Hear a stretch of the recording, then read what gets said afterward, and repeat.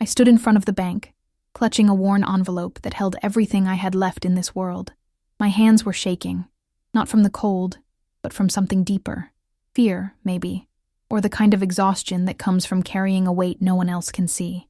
The security guard glanced at me, then looked away quickly, his jaw tightening as if my presence offended him. I knew that look. I'd been getting it for months now. Old woman, homeless, probably confused. But I wasn't confused. I knew exactly what I was doing. I was about to cash a check for 4 million pesos, money I'd gotten from selling the last piece of my husband's memory, and my own daughter had no idea I'd done it all for her. The morning air smelled like exhaust and yesterday's rain. People rushed past me on the sidewalk, their shoes clicking against concrete in rhythms that felt urgent, purposeful. Nobody stopped. Nobody looked.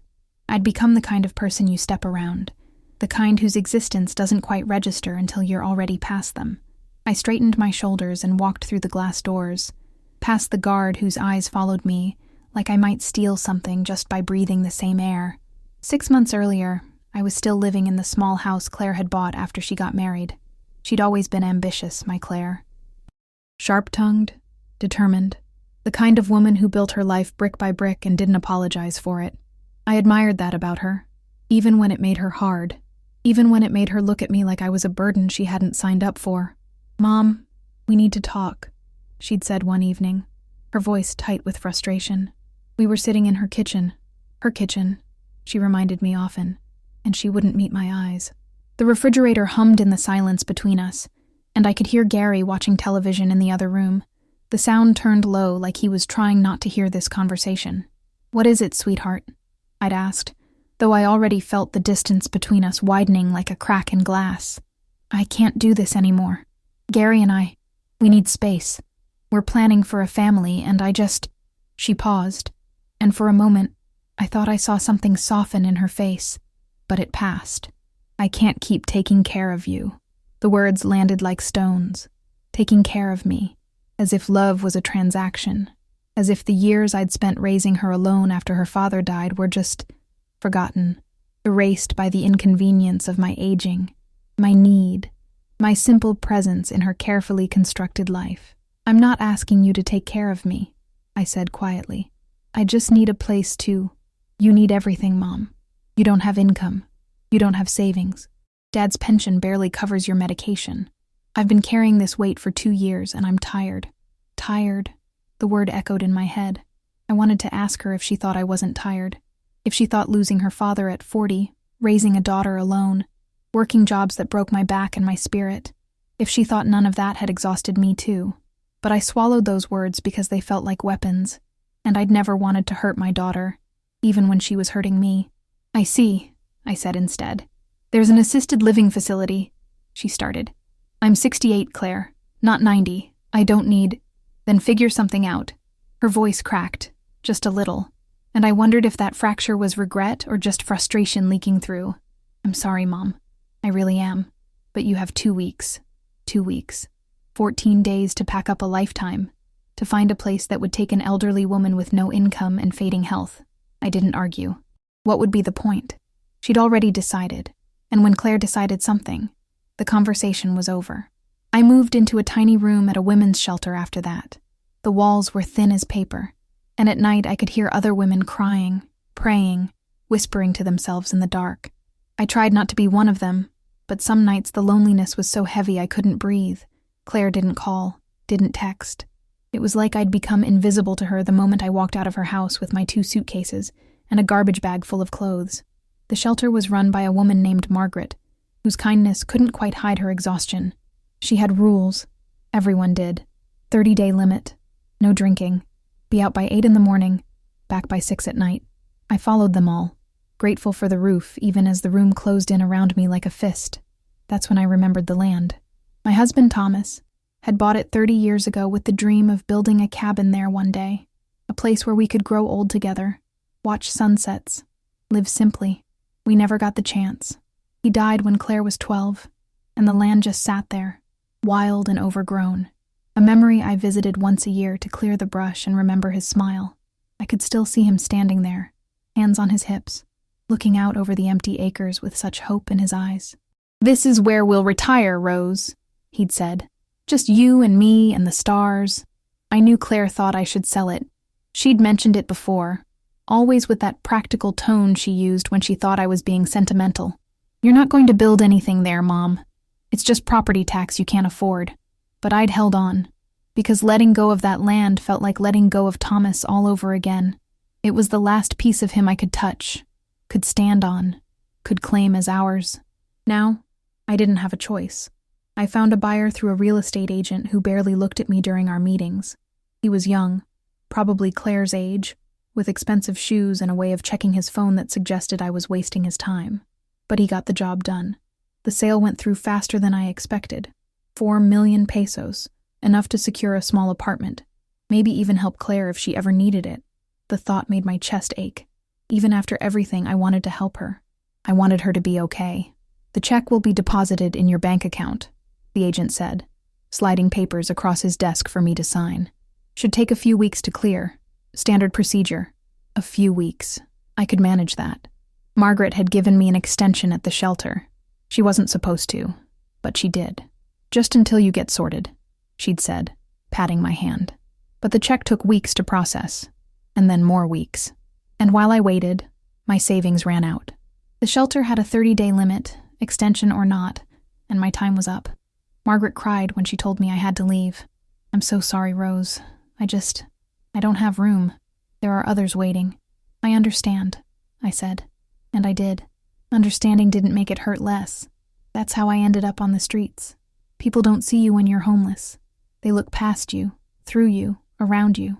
I sat on benches in the park with my small bag of belongings, waiting for the bank to call and tell me the check was ready. Days blurred together like watercolors in rain. I ate at a church soup kitchen where volunteers served food with tight smiles and averted eyes, their charity measured out in ladles and obligatory kindness. I washed my face in public restrooms where women recoiled when they saw me, gathering their purses closer as if poverty were contagious. The hardest part wasn't the hunger or the cold. It was the invisibility, the way people's eyes would slide right past you, their brains deciding in a fraction of a second that you weren't worth noticing.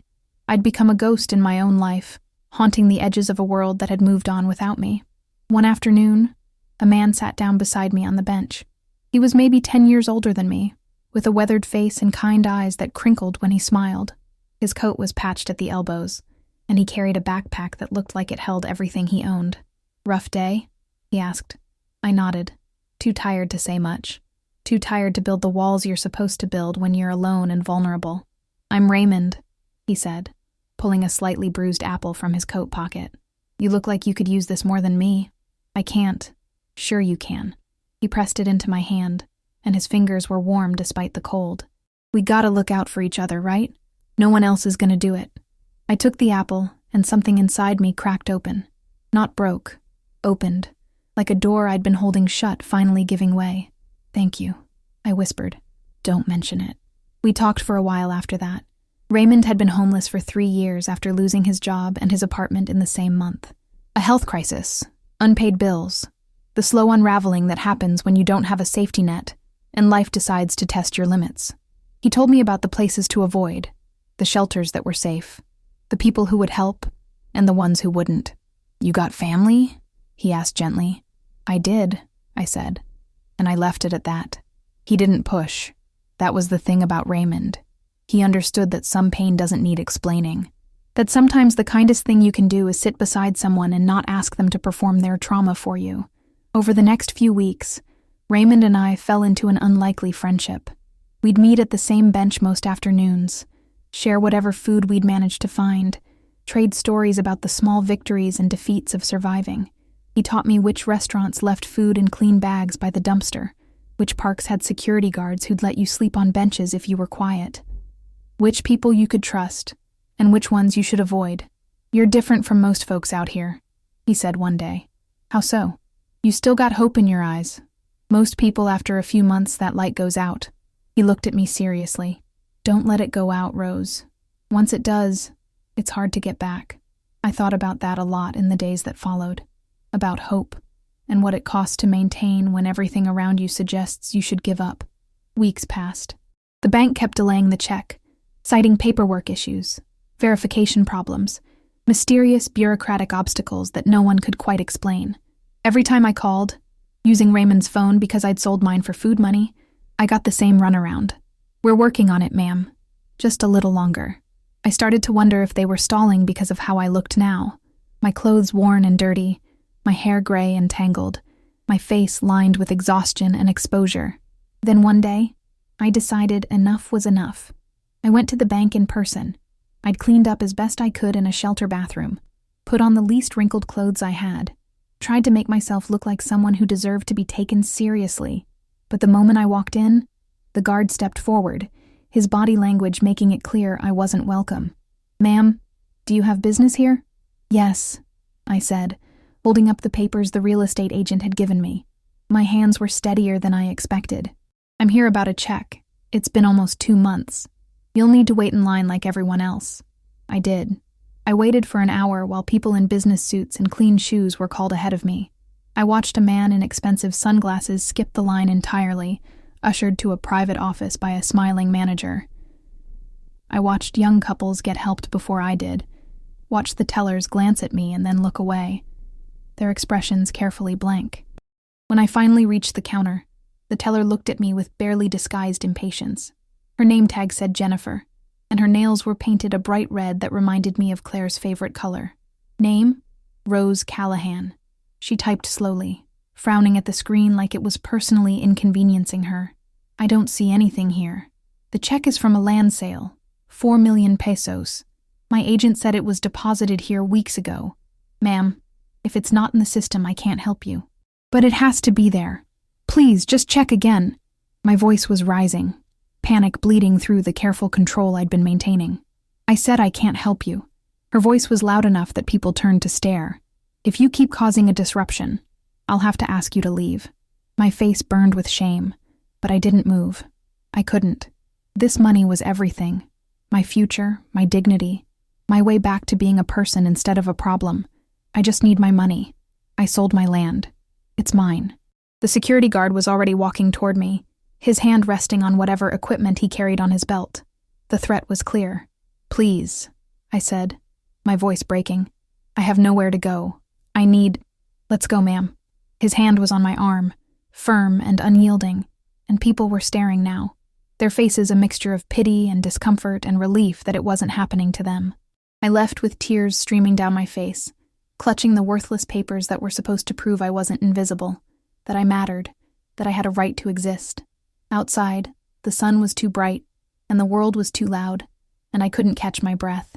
I sat down on the curb, right there on the sidewalk, and let myself cry the way I hadn't let myself cry in months. Raymond found me later that evening, sitting on the same bench where we'd met. I was staring at nothing, too numb to cry anymore, too empty to feel anything but a vast, echoing hollowness. "They wouldn't give it to me," I whispered. "I sold everything, and they looked at me like I was lying, like I was some crazy old woman making up stories." He sat down slowly, his joints creaking in that way that reminded me we were both getting too old for this kind of life. "Banks don't trust people like us. We don't fit their picture of who deserves help. I don't know what to do, Raymond. I don't know how to fix this." He was quiet for a moment, and I could hear the wind moving through the trees, could smell hot dogs from a vendor down the street, smells that made my stomach clench with hunger. Then he reached into his bag and pulled out a worn blanket, the edges frayed, but the fabric still thick enough to hold warmth. "Here, nights are getting colder. Raymond, I can't take your—" "You can, and you will." His voice was gentle but firm. "We survive by sharing, Rose. That's all we got. That's all we've ever had." That night, huddled under Raymond's blanket on a bench in the park, I thought about Claire. I wondered if she ever thought about me, if she ever regretted the way she'd let me go. I wondered if she'd even recognize me now, with my sun-damaged skin and my tangled hair and my clothes that smelled like the street. I wondered if she'd be ashamed, or if she'd even care enough to feel shame. The stars were bright that night, brighter than I'd seen them in years. City lights usually drowned them out, but from this bench, in this forgotten corner of the park, I could see them scattered across the sky like Thomas's promises. "Just you and me and the stars," he'd said. I closed my eyes and pretended he was there, keeping me safe the way he always had. The next morning, I woke with Raymond's blanket still wrapped around me, and a determination I hadn't felt in weeks. I was going back to that bank, and this time, I wasn't leaving without my money. I stood at the customer service desk for 2 hours, repeating my story to anyone who would listen. Most ignored me. Some were openly hostile, their voices rising as they told me I needed an appointment, needed proper documentation, needed to stop disrupting their business. But I didn't move. I planted my feet, and I told my story over and over, my voice steady even when my hands shook. Finally, a young woman named Sophia approached me. She couldn't have been more than 25, with dark hair pulled back in a ponytail and eyes that actually looked at me, really looked, like I was a person instead of a problem. "Ma'am, my manager says if you don't leave, we'll call the police." "Then call them," I said quietly, "because I'm not leaving without my money. I have the documentation, I have proof, and I have nowhere else to go." Something in my voice must have reached her, because she paused. For a moment I saw something shift in her expression. Recognition, maybe, or empathy. "Let me see your documents." I handed them over, my hands trembling now that someone was actually paying attention. She studied them carefully, her finger tracing the lines of text, and I watched her face change as she read. Confusion first, then concern, then something that looked like anger. "Wait here," she said. She disappeared into a back office. I could see her through the glass, talking to an older man in a suit, the branch manager, I guessed. She was gesturing at my papers, her voice raised even though I couldn't hear the words. He looked irritated at first, then uncomfortable. Good. Let him be uncomfortable. Let him feel a fraction of what I'd been feeling. 10 minutes later, she returned with the manager beside her. He looked at me the way you'd look at a mess you didn't want to clean up, but knew you had to. "Mrs. Callahan," he said, his voice carefully neutral. "There's been a misunderstanding. Your check was flagged for additional verification due to the amount, but it appears everything is in order. So I can have my money?" "Yes. We'll need to process it, but you should be able to access the funds by tomorrow." Relief flooded through me so suddenly I thought I might collapse right there in the bank. My knees went weak, and Sophia reached out to steady me, her hand gentle on my elbow. "Thank you," I whispered. "Thank you." The manager nodded curtly and disappeared back into his office, but Sophia stayed. "I'm sorry it took so long," she said quietly. "That shouldn't have happened." "But it did happen," I said. "And it happens to people like me every day." She looked stricken, and I realized she was young enough to still believe the world was fair, that systems worked the way they were supposed to. I didn't have the heart to tell her otherwise. She'd learn soon enough. The next day, I returned to the bank. This time, when I walked in, Sophia was waiting near the entrance. She smiled when she saw me, a real smile, warm and genuine, and something in my chest loosened. "Mrs. Callahan, everything's ready." She helped me open an account, deposit the check, and withdraw enough cash to secure an apartment. The whole process felt surreal, like I was watching it happen to someone else, like maybe I'd fallen asleep on that park bench, and this was just a dream my exhausted brain had conjured. "What will you do now?" Sophia asked as she handed me the paperwork. I thought about Raymond, about the other people I'd met on the streets, people with stories and dignity and dreams that hadn't died despite everything. I thought about the church soup kitchen with its tired volunteers and watery soup. I thought about Margaret at the shelter, crying as she told me there was no more room. I thought about how invisible I'd felt, how dehumanizing it was to be seen as less than because I had nothing. "I'm going to do something good," I said. "Something that matters." "I think that's beautiful," Sophia said, and she meant it. I could tell. I rented a small building on the edge of town. Nothing fancy, just a storefront with a kitchen and some tables and big windows that let in natural light. The landlord tried to charge me extra because of how I looked, but I had 4 million pesos now, and money makes people see you differently. Funny how that works. I hired a few people to help me, women from the shelter mostly, women who needed work and understood what I was trying to build. Together, we cleaned and painted and installed equipment. We bought pots and pans and dishes. We created a menu that was simple but filling, the kind of food that sticks to your ribs and reminds you that you matter. Within a month, I opened Rose's Kitchen. It wasn't a charity. It wasn't a handout. It was a place where anyone could come and eat a warm meal, no questions asked, no judgment given. A place where you could sit at a table with a real plate and real silverware and remember what it felt like to be human. Raymond was my first customer. He stood in the doorway that first morning, looking around with wonder in his eyes. The sun was streaming through the windows, making everything glow, and I'd put flowers on every table. Cheap flowers from the grocery store, but flowers nonetheless. "You did this?" he asked. "We did this," I corrected, walking over to him. "You reminded me that kindness doesn't cost anything, that sharing what we have is how we survive. This is your kitchen as much as mine." He cried that day, big, shaking sobs that came from somewhere deep and wounded. I held him the way he'd held space for me on that park bench, and I understood that some people go their whole lives without anyone seeing them, without anyone acknowledging that they exist and matter and deserve tenderness. "You got your money," he said when he could speak again. "I got our money," I said, "and I'm spending it the right way." Word spread slowly at first, then faster. People came. Homeless folks, struggling families, elderly people on fixed incomes, anyone who needed a meal and a moment of dignity. I served them myself most days, learning their names, hearing their stories.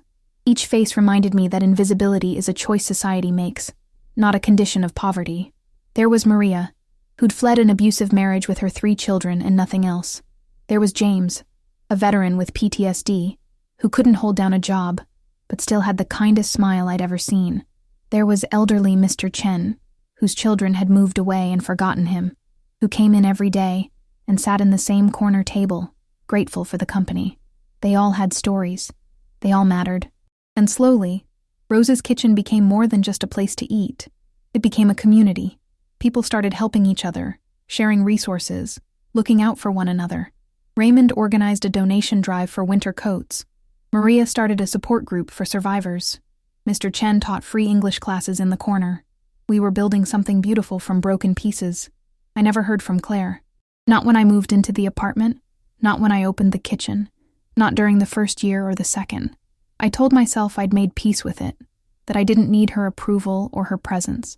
But late at night, alone in my apartment, I still ached for her. Still wondered if she ever thought of me. Still hoped, despite everything, that maybe one day she'd walk through my door. 3 years passed. Rose's kitchen became a fixture in the community, supported by donations and volunteers and the occasional grant from organizations that believed in what we were doing. I was happy, or as close to happy as I could be with a daughter-shaped hole in my heart. Then one evening, as I was cleaning up after the dinner service, a woman walked in. She was thin, her clothes wrinkled, her face pale and drawn. She stood in the doorway like she wasn't sure she belonged there, her arms wrapped around herself like she was trying to hold her body together. "We're just closing," I said gently, wiping down a table. "But if you're hungry, I can—" She looked up, and I froze. Claire. My daughter stood in the doorway of my kitchen, looking more lost than I'd ever seen her. Her expensive clothes were gone, replaced by jeans and a faded jacket that had seen better days. Her hair, usually styled perfectly, hung limp around her face. She'd lost weight, too much weight, and there were shadows under her eyes that spoke of sleepless nights and quiet desperation. "Mom?" Her voice cracked on the word. I couldn't move, couldn't breathe. 3 years of silence stood between us like a wall, and I didn't know how to climb it or break through it or even if I wanted to. "I didn't know this was yours," she whispered. Someone told me there was a place where you could get a meal, and She trailed off, tears spilling down her cheeks. "I lost everything, Mom. Gary left. The business failed. I lost the house, the car, everything. I didn't know where else to go. Part of me, the wounded, angry part, wanted to say something cruel, wanted to remind her of how she'd thrown me out, how she'd let me become homeless while she lived in comfort. But looking at her broken face, all I could see was my little girl, the child I'd raised alone, who'd cried in my arms when she skinned her knees, who'd needed me once before she decided she didn't. "Sit down," I said softly. "I'll make you something to eat." My hands were shaking as I heated soup, the same vegetable soup I'd served hundreds of people, made with donated vegetables and cheap stock and all the love I could pour into it. I brought it to her with fresh bread, still warm from the oven, and watched as she stared at it like she couldn't quite believe it was real. She ate slowly, like she was afraid it might disappear, or maybe like she hadn't eaten properly in days. When she finished, she finally looked at me, really looked, and I saw the girl I'd raised somewhere behind the woman who'd hurt me. "I'm sorry," she said. "For everything. For letting you go. For being so cruel. I thought I was doing what I needed to do, but I was just scared. Scared of becoming you. Scared of ending up with nothing. And now," she laughed, but it was bitter, broken. "Now I am you. Or I was you. And I understand. God, Mom, I understand everything now." "And now?" I asked, my voice barely above a whisper. "Now I understand that nothing is exactly where I belong." Her voice was bitter, defeated, hollow. "No," I said firmly. I pulled out a chair and sat across from her, reaching across the table to take her hand. She flinched at first, then gripped my fingers like they were the only solid thing in a world that was spinning. "Now you understand that having nothing doesn't make you nothing." That's what I learned out there, Claire. I learned that dignity isn't in your bank account. It's in how you treat people when they have nothing left to give you. It's in whether you can still see their humanity when they can't offer you anything in return. She stared at me, and I saw something shift in her eyes. Recognition, maybe, or the beginning of understanding, the start of something that might, eventually, become wisdom. "Why did you do this?" she asked, gesturing to the kitchen, to the tables with their flowers, to the clean plates and the warm lights. "After everything, why spend your money helping strangers?" "Because they weren't strangers when I needed help. They were the only ones who saw me." I squeezed her hand. "Raymond gave me an apple when he had nothing. He shared his blanket when the nights got cold. Sophia at the bank fought for me when no one else would. These people, these supposedly worthless people that society throws away, they saved my life. How could I do anything else?" Claire started crying then, really crying, the kind of tears that come from deep inside, from a place that's been locked away too long. Her whole body shook with it, years of hardness cracking open, and I moved around the table and held her. I held her the way I'd held her when she was small and the world felt too big, when her father died and she didn't understand why he wasn't coming home, when she'd been hurt and only her mother's arms could make it better. "I don't deserve your forgiveness," she whispered against my shoulder. "Maybe not," I said honestly, "but you're getting it anyway, because that's what love does.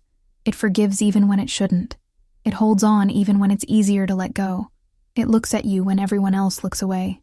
She stayed that night, sleeping on the couch in the small office behind the kitchen. I gave her a blanket. Not Raymond's. He'd need that.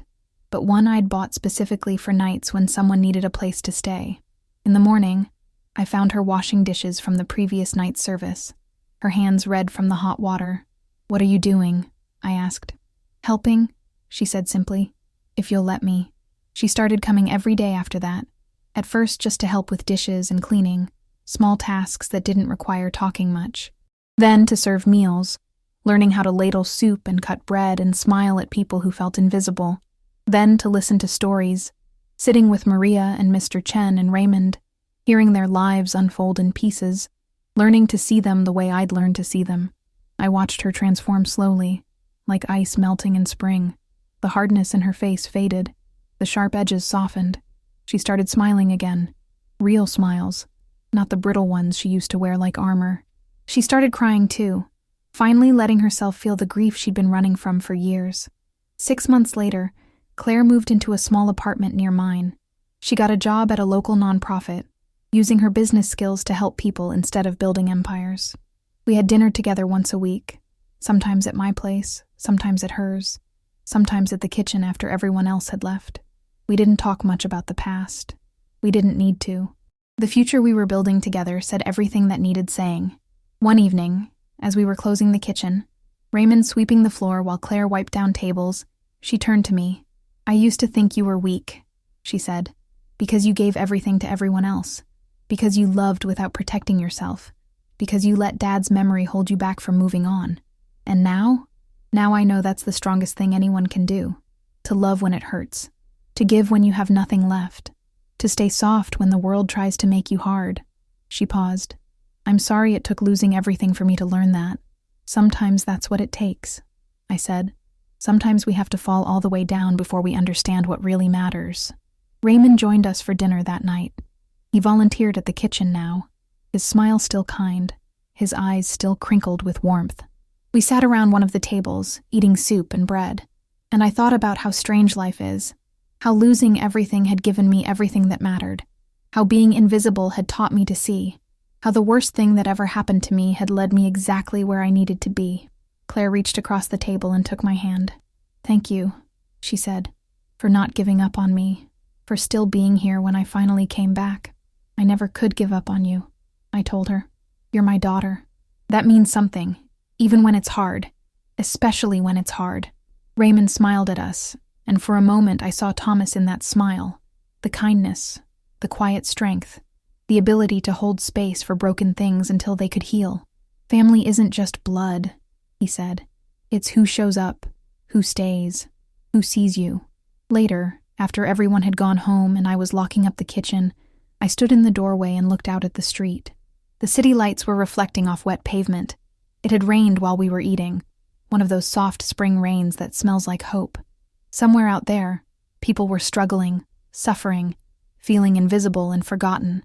Tomorrow, some of them would find their way here, and when they did, I'd be ready. We'd be ready, me and Claire and Raymond and all the others who'd learned that survival means community, that dignity means seeing each other, that love means showing up even when it's hard, because that's what the 4 million pesos had bought me. Not security or comfort or revenge. It bought me purpose. It bought me the chance to turn pain into compassion, loneliness into community, rejection into redemption. It bought me my daughter back, not through force but through example, not through bitterness, but through grace. And in the end, that was worth more than any amount of money could ever be. Some people talk about angels like they're mythical creatures with wings and halos, beings that exist somewhere far away from our messy, complicated lives. But I learned differently. I learned that angels are the ones who share their last apple when they have nothing else. The ones who offer a blanket on a cold night. The ones who see you when everyone else looks away. The ones who fight for you in banks and bureaucracies and all the small, everyday places where humanity gets tested. Raymond was an angel. Sophia at the bank was an angel. Margaret at the shelter, crying as she told me there was no more room, was an angel trying her best in an impossible situation. And maybe, just maybe, I learned to be one too. Not perfect. I'd never be that. But present, willing to see, willing to share, willing to love even when it hurt. If this story touched something in you, I hope you'll think about the invisible people in your own life, the ones society has decided don't matter, the homeless person on your street corner, the elderly neighbor you haven't checked on, the family member you've written off as too difficult or too broken or too much work. Because they do matter. Every single one of them has a story, has dignity, has worth, that can't be measured in money or status or success. And if you know someone who needs to hear that, share this with them. Sometimes we all need to be reminded that kindness is never wasted, that love is always worth the risk, that forgiveness isn't weakness, but the bravest thing we can do, that the greatest wealth we can ever have is the ability to see each other's humanity, to hold space for pain we don't understand, to show up even when it's easier to look away. Some stories need to be told, not because they have happy endings, but because they have true ones, because they remind us that transformation is possible, that people can change, that it's never too late to choose compassion over comfort. Subscribe if you believe that truth matters, that compassion matters, that every person, no matter how forgotten they seem, deserves to be seen, deserves to matter, deserves love. Because in the end, we're all just trying to be visible in a world that finds it so easy to look away. We're all just trying to survive with our dignity intact, to love despite the risk, to believe that tomorrow might be better than today. And sometimes, the only thing that gets us through is knowing that someone else sees us, really sees us. Not our mistakes or our failures or our empty bank accounts, but the human being underneath all of that. That's what Rose's Kitchen became, a place where people could be seen, where the transaction wasn't money for food, but humanity for humanity, where showing up was enough, where being was enough, where you didn't have to earn your worth because it was already there, inherent and unshakable. Claire understood that now in a way she never could have before. I watched her with the people who came through our doors, saw how she'd learned to listen without judging, to help without condescending, to sit with discomfort instead of running from it. She'd lost her empire and found something better, a purpose that fed her soul instead of just her bank account. One afternoon, about 4 years after I'd opened the kitchen, a young woman came in with a little girl. The woman looked familiar, and it took me a moment to realize it was Sophia from the bank. She'd cut her hair short, and there was a confidence in her bearing that hadn't been there before. "Mrs. Callahan?" she said, smiling. "Sophia, what are you doing here?" "I quit the bank," she said, and her smile widened. "I kept thinking about you, about how the system failed you, about how many other people it was failing every day. So I went back to school, got my social work degree. Now I work with housing assistance programs, helping people navigate the bureaucracy so they don't fall through the cracks like you almost did." My eyes filled with tears. "Sophia, that's wonderful. You inspired me," she said simply. "You showed me that one person can make a difference, that choosing to care matters." She gestured to the little girl beside her. "This is my daughter Rose. I named her after you." I knelt down to the child's level. She had her mother's dark eyes, bright and curious. "Hello, Rose. That's my name too." "I know," the little girl said seriously. "Mama says you're a hero. I'm not a hero, sweetie. I just try to help where I can. That's what heroes do," she said with the absolute certainty of a 6-year-old, and something in my chest cracked open all over again. After they left, Claire found me in the kitchen, wiping away tears. "You okay, Mom?"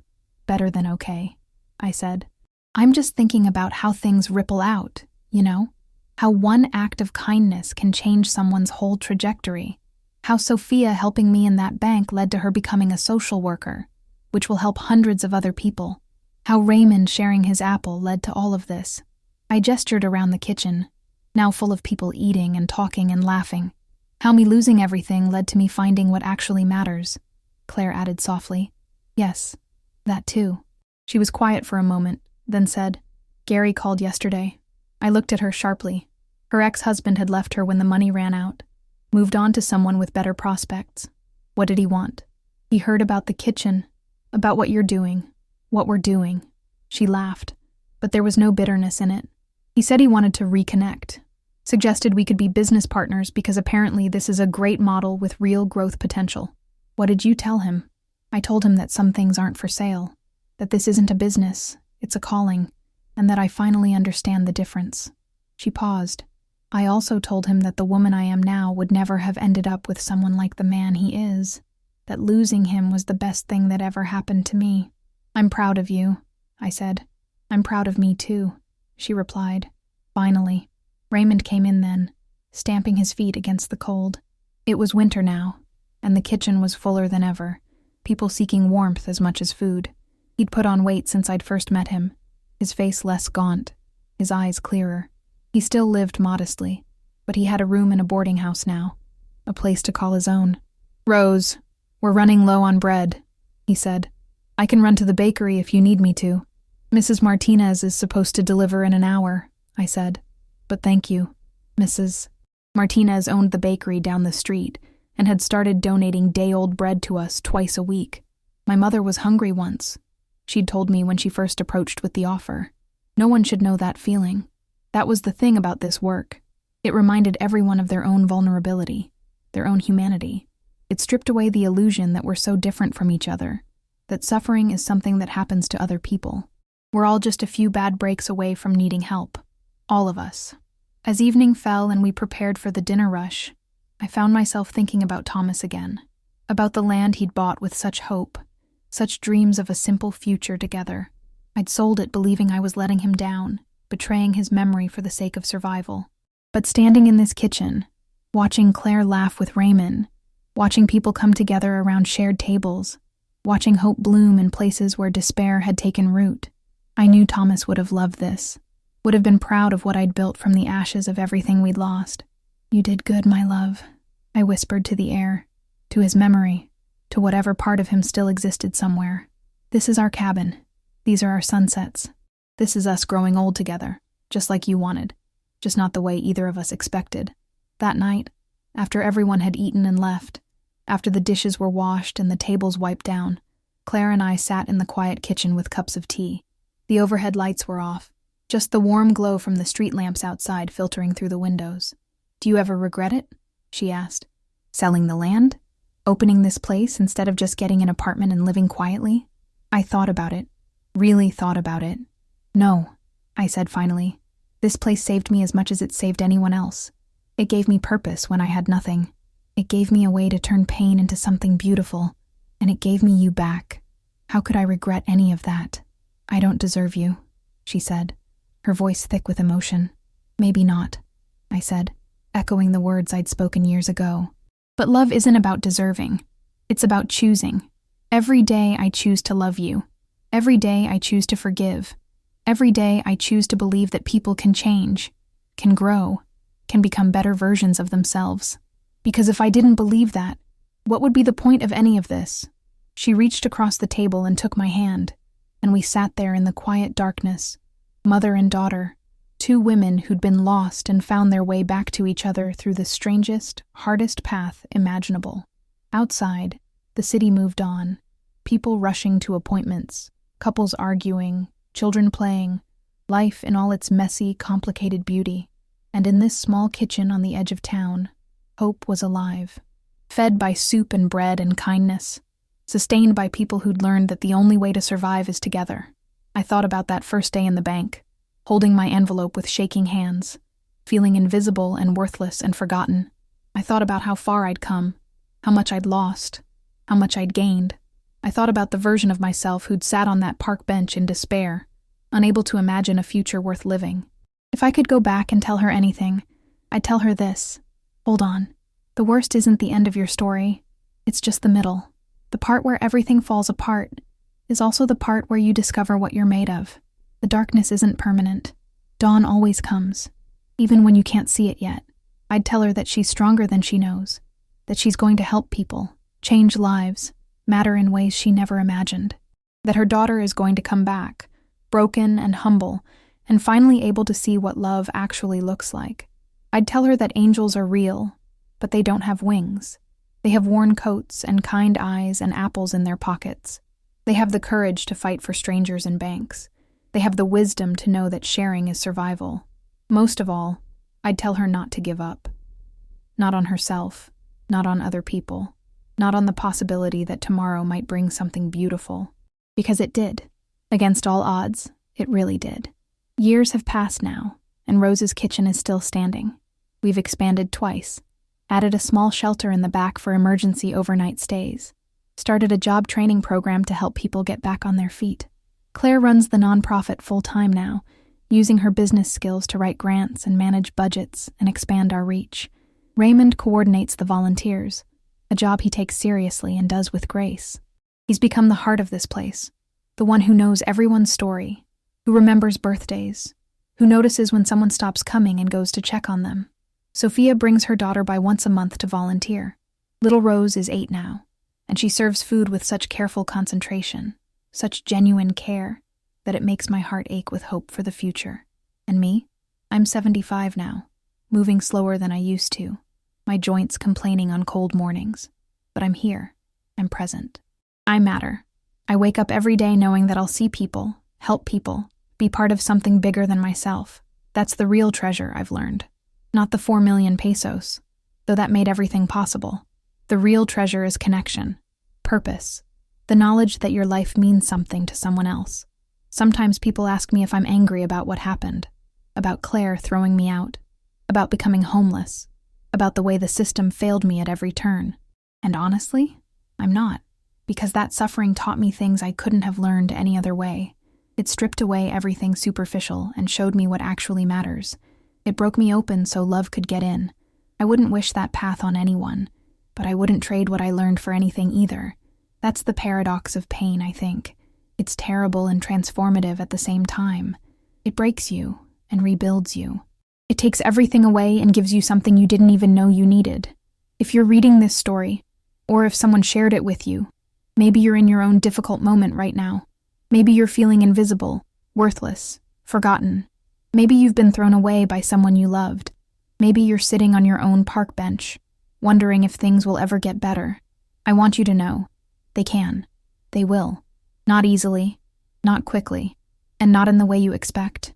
But if you hold on, if you stay open to kindness, if you let yourself be helped and learn to help others in return, There's a way through.